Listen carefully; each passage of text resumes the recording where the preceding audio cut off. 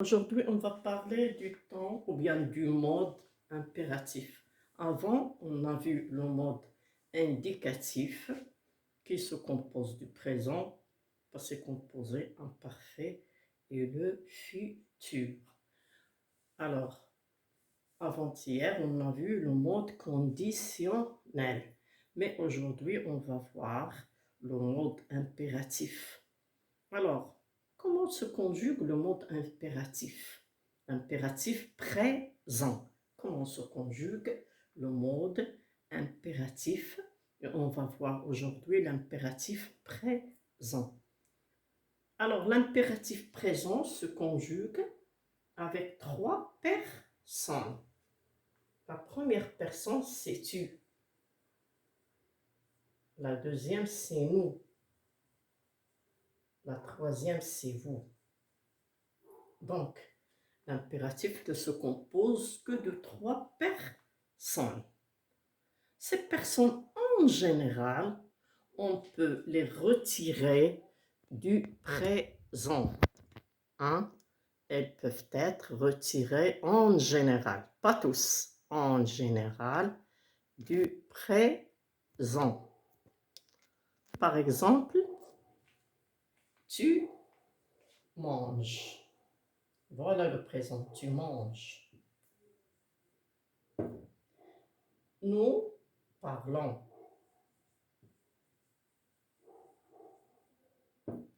Vous criez ou bien vous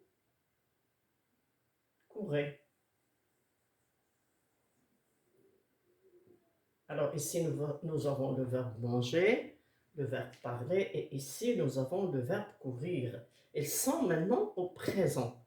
Si on veut les mettre à l'impératif présent, qu'est-ce qu'on doit faire? On doit supprimer premièrement les pronoms personnels.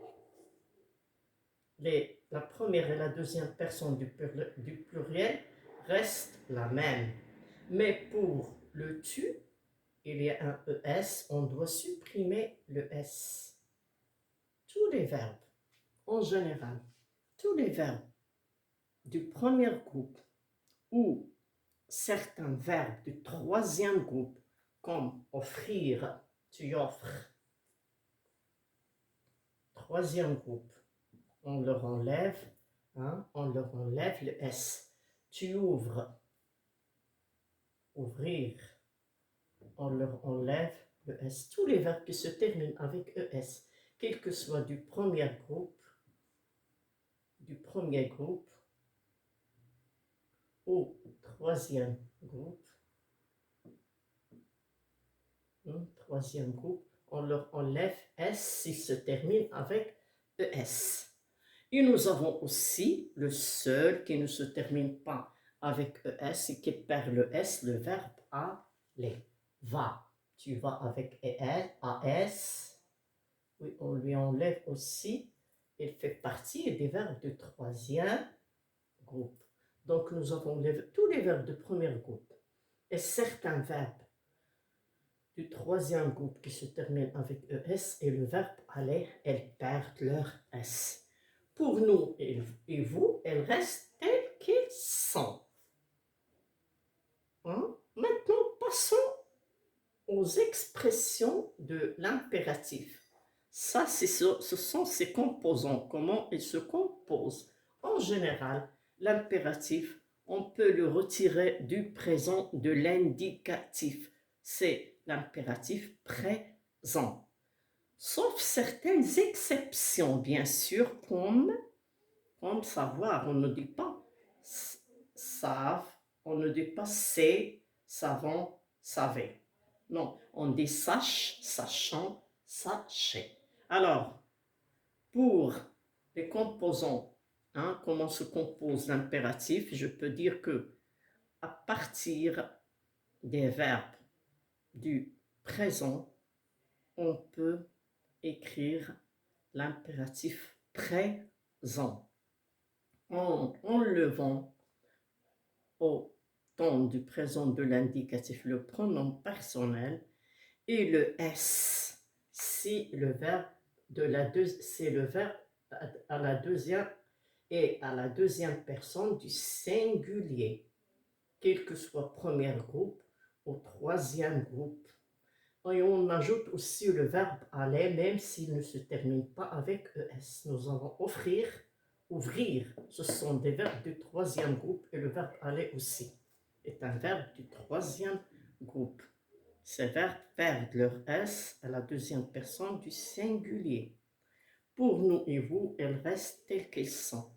Maintenant, on va partir à savoir ce qu'exprime l'impératif. Qu'est-ce qu'il veut exprimer? Qu'est-ce qu'il veut insinuer? Alors, ramassez vos affaires.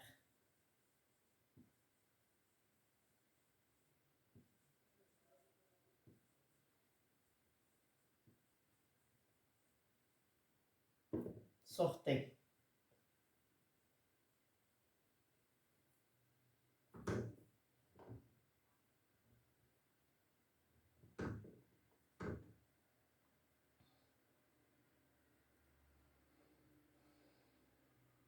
Respectons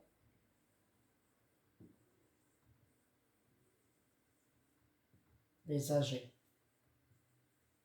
les vieux. Ne jette pas les déchets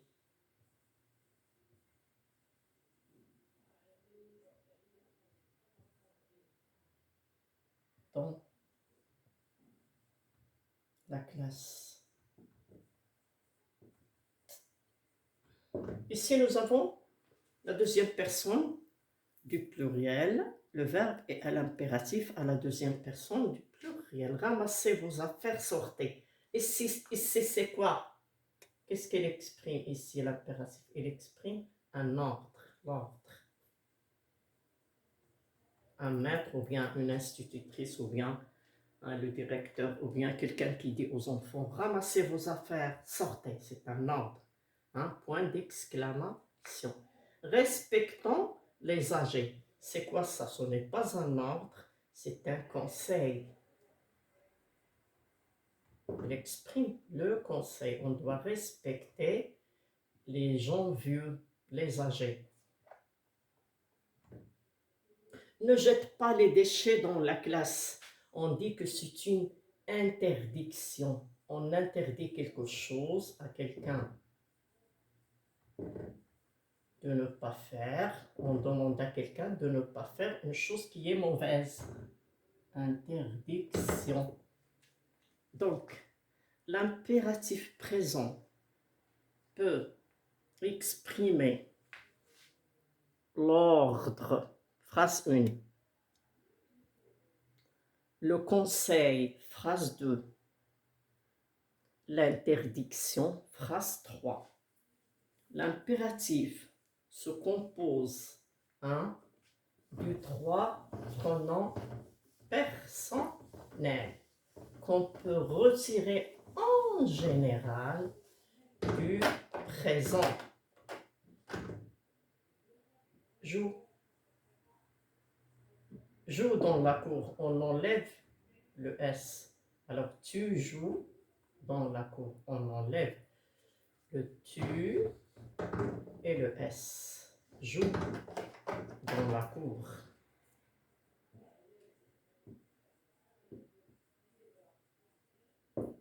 Jouant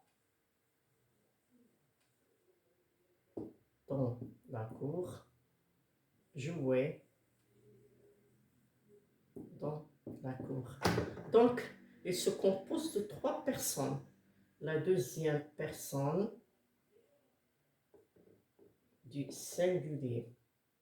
La première personne du pluriel. La deuxième personne du pluriel. Il exprime le conseil, l'interdiction et le conseil d'interdiction ou bien un ordre. Faisons un petit exercice. Alors, pour écrire l'impératif, vous devez suivre ces instructions. Alors, vous devez rester calme. Alors, réfléchissez à la phrase A, la phrase B. Tu dois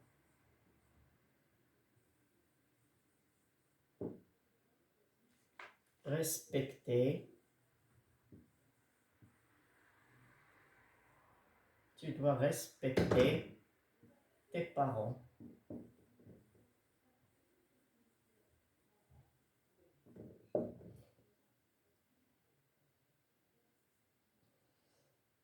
Alors, c'est ne pas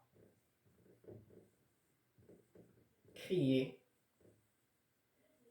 Ne pas crier par le R. Ne pas crier à haute voix.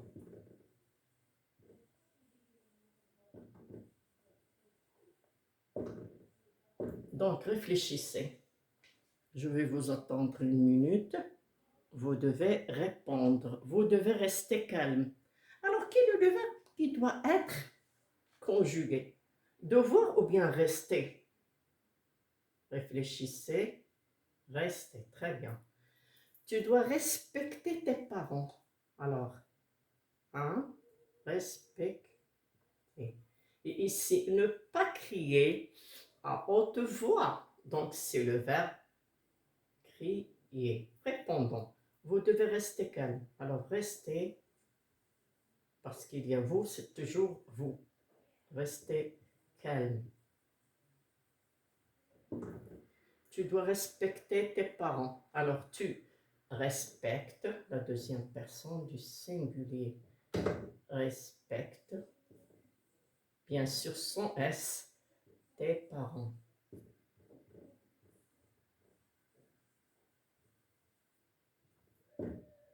Ne pas crier à haute voix. Alors, bien, la négation, c'est l'interdiction. Alors, ne crie pas à haute voix,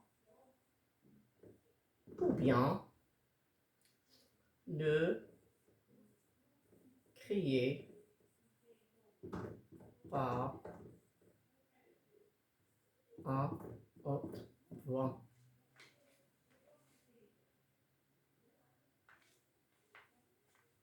Ne crions pas avant, alors ONS d'abord, pardon. Ne crions pas à haute voix. Ne criez pas à haute voix.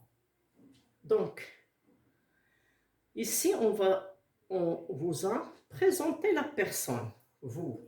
Ici, on vous a présenté la personne, tu. Ici, on a mis le verbe à l'infinitif. Et n'oubliez pas que le verbe à l'infinitif, le ne pas n'entoure pas le verbe. Il vient avant le verbe. Les deux mots viennent avant le verbe. Ne pas crier, ça devient ne crie pas à haute voix. C'est la deuxième personne du singulier. Alors, première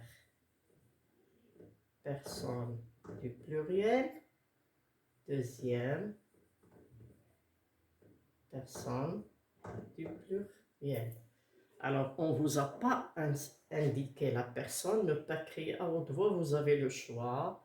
Ou bien vous pouvez les écrire tous les trois. Ne criez pas à haute voix, ne crions pas à haute voix, ne criez pas à haute voix. Vous avez ici le choix d'en écrire un ou vous devez les écrire tous les trois. Alors, on va partir à ce qu'elle exprime. Ici, elle exprime, c'est qu'est-ce qu'elle exprime? L'ordre. Ici, qu'est-ce qu'elle exprime? Conseil. Ici, qu'est-ce qu'elle exprime? L'interdiction.